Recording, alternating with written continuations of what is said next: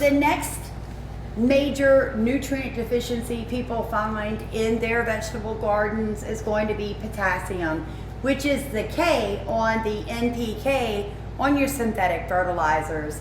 Now, the reason why your plant really needs potassium, folks, is it's going to help move water and nutrients from the roots to the leaves.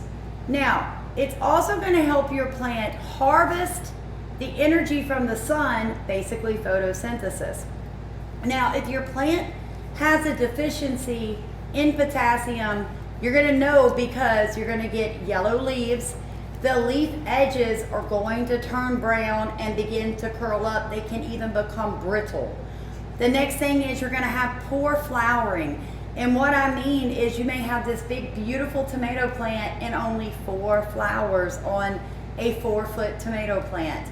And then if you're lucky enough that those 4 flowers actually get pollinated, you're going to have poor setting of fruit. So potassium is super important for your plants. It's also very important for you. So Dad, what are some home remedies, things from your inside of your house and your yard that you might can use to fix that? Okay, to specify, when we did this, or while we're doing this, we're trying to use stuff that's easy to find. I mean, banana peelings. Everybody eats bananas, I think. Now this company might be a little hard to come by, and we're not listing everything. We're just trying to give people an idea to how to help their garden without going overboard with expenses. Bananas, loaded, throw it around your rose bushes and watch it. Your rabbit manure is a cold manure that will not burn your plants. Chicken, horse, cows will burn your plants. Rabbit manure, take it straight from the rabbit to the garden, it won't hurt. It's perfect. Okay, so here's a question people ask. Do you need to compost rabbit manure? No. No, okay, and I tell people that all the time, like you said, from the butt to the garden. Now, Dad, which manure would you say is better, chicken or rabbit? Oh Lord, rabbit, but your chicken will burn your garden. Right, but rabbit manure is the highest livestock manure in the world, guys, when it comes to NPK. And I'd like you guys to check the facts on that. I'm dead serious. You're gonna find a higher level of NPK in rabbit manure than you will in chicken. I know. And the thing is, people, you little goes a long ways. Just like any fertilizer, just don't go out there and trench it or drown it, because it might kill it. You start off lightly and increase as you need. This is strictly a tutorial to help you get started on how to protect your garden. Right, and we're also trying to give you guys ideas of things that you can go ahead and get set up, get labeled, and find a place in your shop or even your kitchen where you can store these things so that when you notice it, you're not then running out trying to find banana peels and make banana tea.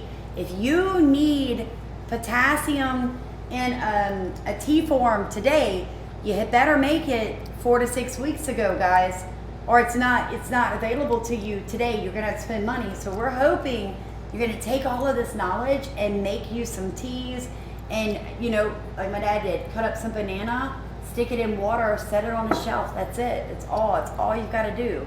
And then when you're ready to use it, you strain the bananas out, and the juice in here is what you're going to use as either a foliar spray or a drencher for around your roots. That's right. Now, my dad keeps aspirin for his plants, not because they have a headache, but because using a couple of aspirins in a gallon or 2 of water and spraying around the root zones of your plants has been scientifically proven to increase yield and plant size.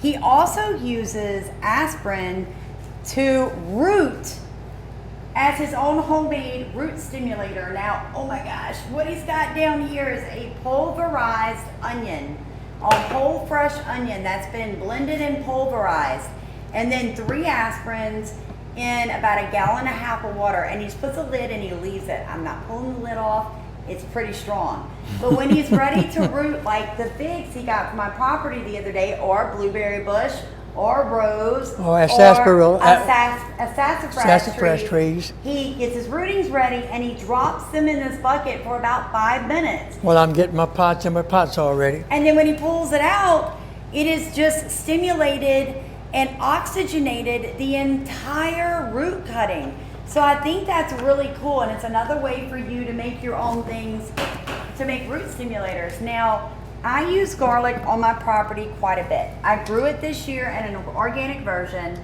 and I will boil my garlic for a really long time and make a foliar spray. But something else you can do. You can use the garlic right out of your out of your herbal cabinet or your cooking cabinet, or you can dry your garlic, pulverize it, put in one of these containers, and you can mix it into liquid and spray it as a pest deterrent, and it also helps your plant resist common diseases. That's right. The same with that onion powder. Now show them right here, Dad, what you did with these onions and garlic. Look, Or the onion I took and just chopped it up with my scissors. And look at the peelings. Use the peelings. Onion peelings, garlic peelings helps your plants to root. It's a root hormone. It stimulates root growth. And I'll And take. you dried these outside Oh, in, yeah. in your Cajun Bud dehydrator, Oh right? yeah, look, it's 100 degrees out there. I sprayed just black, not inside, on the outside. I don't want to go plant my garden. This was out there for about 6 hours, and look at it. It's dry. I mean, it don't take long. And that, I'll go in there, go in one of these containers, and I'll just sprinkle. It rains quite a bit here, so I'll just take that and sprinkle it around the plant. Let the rain work it into the ground. If you notice, there were still some coffee grounds in here earlier from where I spilled it. That won't hurt. Not at all. But guys, what we really wanted you to get from this today is that it doesn't have to be expensive to grow a garden. It doesn't have to be so confusing that you hate it. And it doesn't have to overwhelm you with so many problems that you yourself can't figure it out. We believe in you. And we thank you so much for rowing in our boat, letting us row in yours. Thank you so much for hanging out with my dad and I today, 81. I mean, the knowledge that he has is amazing.